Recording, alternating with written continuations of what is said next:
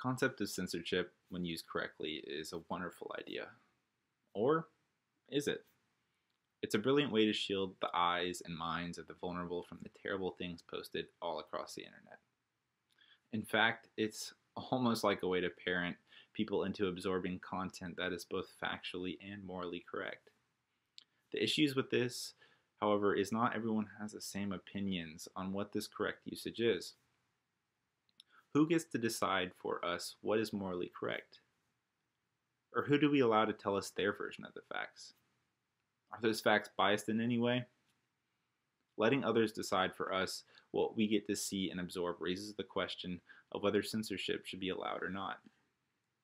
I often find myself questioning the information I'm presented through social media and across the internet. The idea of censorship looming over my head is both a stress and a relief. Although censoring media is commonplace, eliminating all censorship may be troublesome for the public. But both approaches do present ethical dilemmas. So today, I want to dive deep into two different perspectives about censorship. To begin understanding what censorship is, I want to discuss with you how censorship may be necessary to block false and offensive media from being spread. Taking a small step back, what is censorship? From a PBS article, censorship can be defined as, quote, the suppression of ideas and information that certain persons find objectionable or dangerous, end quote. Censorship will often find its way into our lives through the media we consume.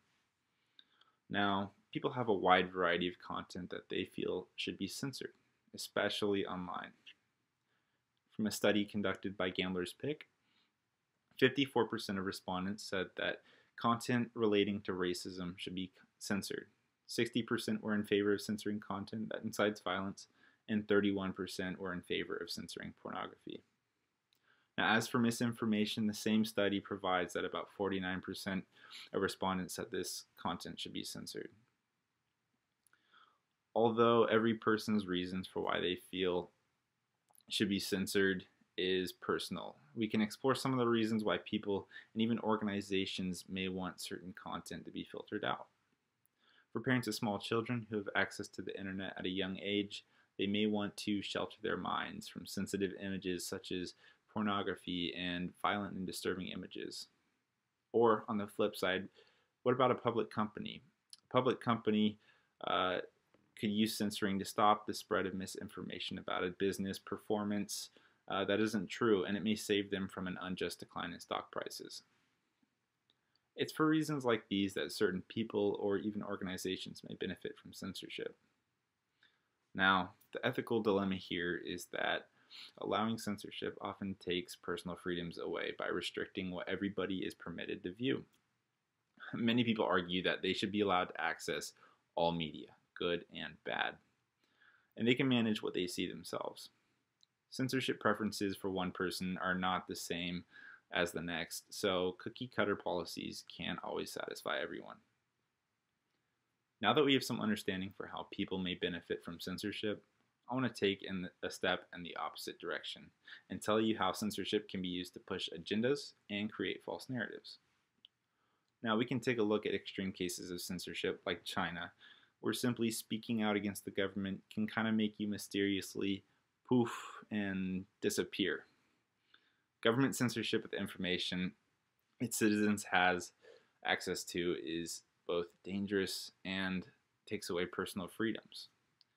Countries like China use censorship in order to gain control of their population and their views of their government and other governments.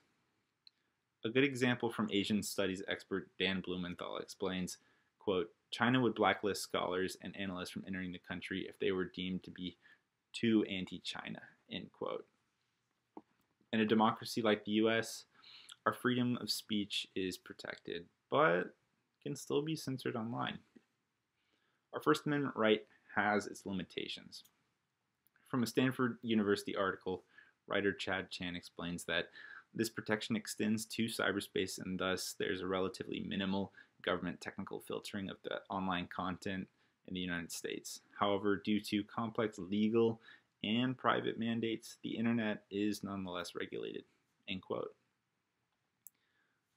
Even in a democracy like the US, censorship is all too common to push political agendas and campaigns and media coverage of politics. Now, we can investigate some recent popular uses of censorship to better understand the question of who gets to decide. Social media company Twitter, in light of the recent election, has opted to permanently ban the real Donald Trump account, which is thoroughly explained in the article written by Twitter on Twitter's official blog. In this case, the company Twitter is going to act as this delegator of censorship. Another notable use of censorship is banning books in school systems. Whether it be a single school board who chooses to ban or a nationwide ban, censorship can be used in more than just media. Now that we have some understanding of both sides of the censorship equation, I'd like to invite you to discuss some of your perspectives with questions I prepared for you. Can you think of some examples of censorship you may have experienced? Or in what ways do you feel that censorship could be beneficial or detrimental? Do you have any opinions on government involvement in censorship? What do you feel should be censored, if anything? Now, I'm so glad I could spend a little time sharing different perspectives on a topic we can all relate to. Whether you think you've been involved or not, chances are you have. We discussed how censorship may be beneficial to block false and offensive media, and as well as how it can be used to push agendas and create false narratives.